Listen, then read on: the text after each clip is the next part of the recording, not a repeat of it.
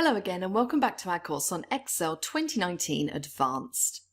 In this section we're going to look at functions for forecasting. Now very often when we're talking about forecasting we're talking about looking at what is going to happen as opposed to what has happened so far.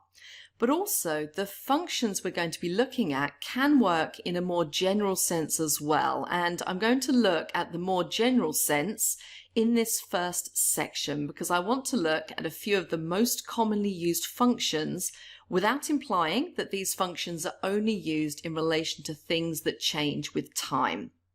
Having said that, quite a few of the examples we're going to look at will involve variables that will change over time. So let's start off in a fairly general sense.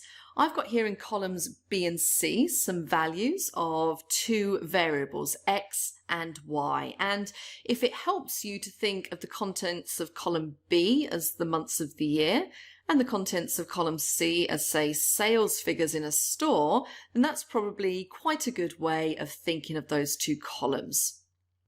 And just to give you an idea of what I mean by forecasting, the question is this. Given those values in X and Y, what value of Y would I get if X were 13?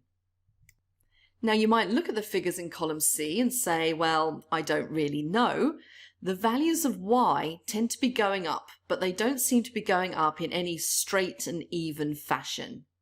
What we need to do is find a function which will predict or forecast the value of Y when X is 13. Now there are many possibilities here, and what I want to do first of all is explain what I mean by independent and dependent variables. And in this instance, X is an independent variable and Y is a dependent variable. What we mean by this is that X is something that we can control or measure directly, or we can predict absolutely. So I didn't have any trouble putting 13 into cell B15 because X is the independent variable. It's clearly progressing in an even fashion, whereas Y is not progressing in an even and predictable fashion at all. Now there may be some dependence of X and Y, and indeed it may be the case that as X gets bigger, Y gets bigger, but it doesn't necessarily mean that the increase in the values of X is causing the increase in the values of Y. So let me first of all plot a little graph of X against Y of the known values.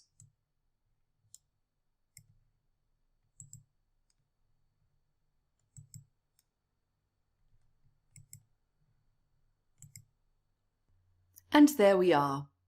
That shows you the figures for X and Y, and if I were trying to predict a value for X equals 13, one of the ways I might do this is to look at the existing graph and try to work out what that relationship is. So we try to model the relationship between X and Y, and one of the most common ways to do this is to look at all the known values and to draw a straight line which basically cuts through the middle of that graph and use that straight line to predict a value when X equals 13. And that's what we're going to do in just a moment. Before we do that, I'd just like to emphasize something. The forecasting that we're doing here, the prediction is of one dependent variable, in this case Y, against one independent variable, in this case X. But in fact, within Excel 2019, there are facilities for performing this regression using multiple variables. So we're really only looking at the most straightforward case, although to be fair, the most straightforward case is the case that is used by most people most often. So let me just delete my chart for the moment. And let's go back to my numeric values and work out what to put here when X equals 13. Now we're going to look at three different ways of doing this, and hopefully all of the different ways are going to give us the same results. And the first way that we're going to look at this is I'm going to take you back to your high school mathematics and talk about the equation for a straight line. Now the equation for a straight line is Y equals mx plus c. And there are two functions in Excel 2019 that can calculate from a set of values, xy pairs, the values of m and c that best represent that set of xy pairs. The first of those functions is the slope function, and this will give us a predicted value for m. So I'm going to calculate the value of m in cell E4, and I'm going to use the function equals slope. And you'll notice it has two arguments, known y's and known x's.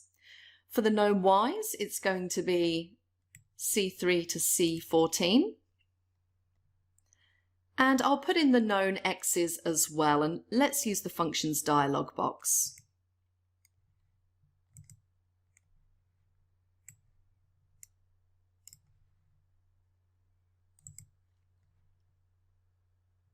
So there is my value for m. And to find the value of c, I use the intercept function, and that function has the same arguments.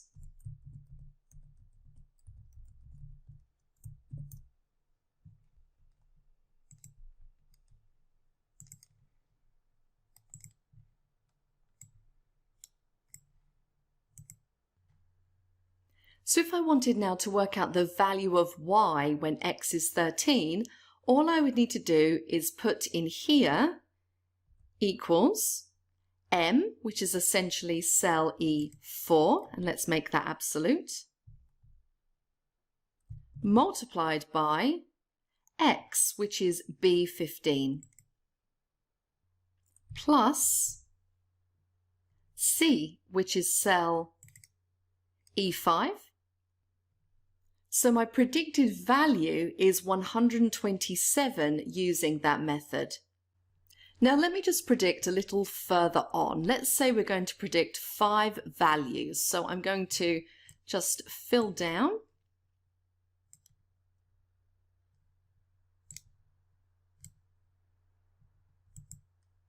And there are my predicted values.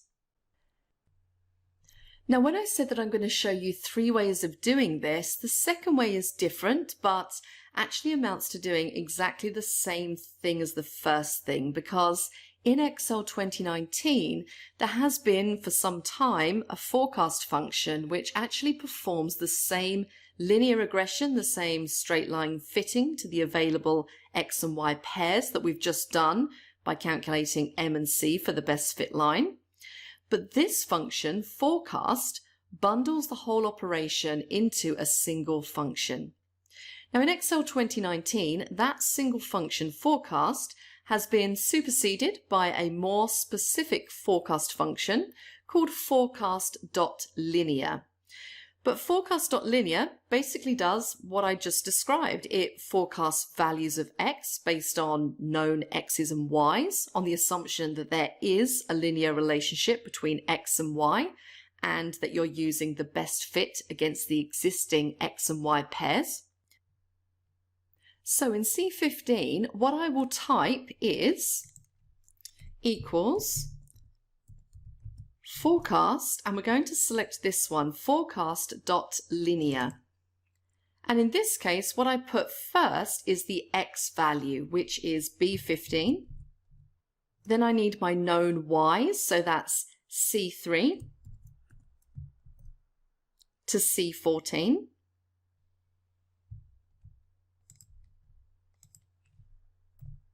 And then my known x's, so B3 to B14. And let's see what we get. Hopefully that's no particular surprise. Let me fill down.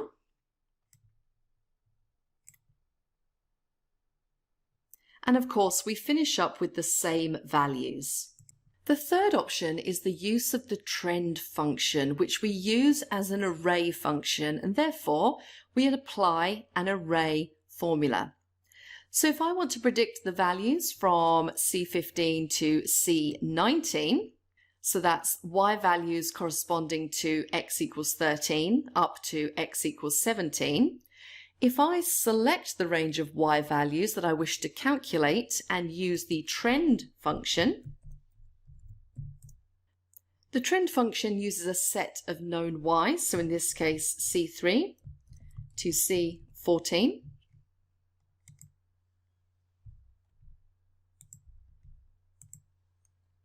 A set of known x's, so B3 to B14.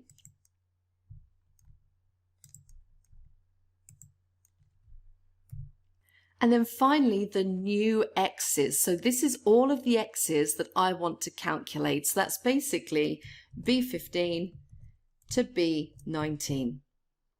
And then we have a value, a constant value of b. Now, sometimes when you're fitting a line to some data, it's a requirement, the intercept, the c, is a 0. Now, if you want to set it to 0, then you would set this final value to false. But if you want it calculated in the normal way as an intercept, you set it to true. And of course, because this is an array formula, in order to complete that, I do Control-Shift-Enter. And there is my full set of values. So there are 3 options for doing straightforward linear regression with a single dependent variable and a single independent variable. In the next section, we're going to look at some more powerful functions that can not only do this type of prediction for us, but can also tell us how strong the relationship we are using as the basis of predictions are. I'll see you then.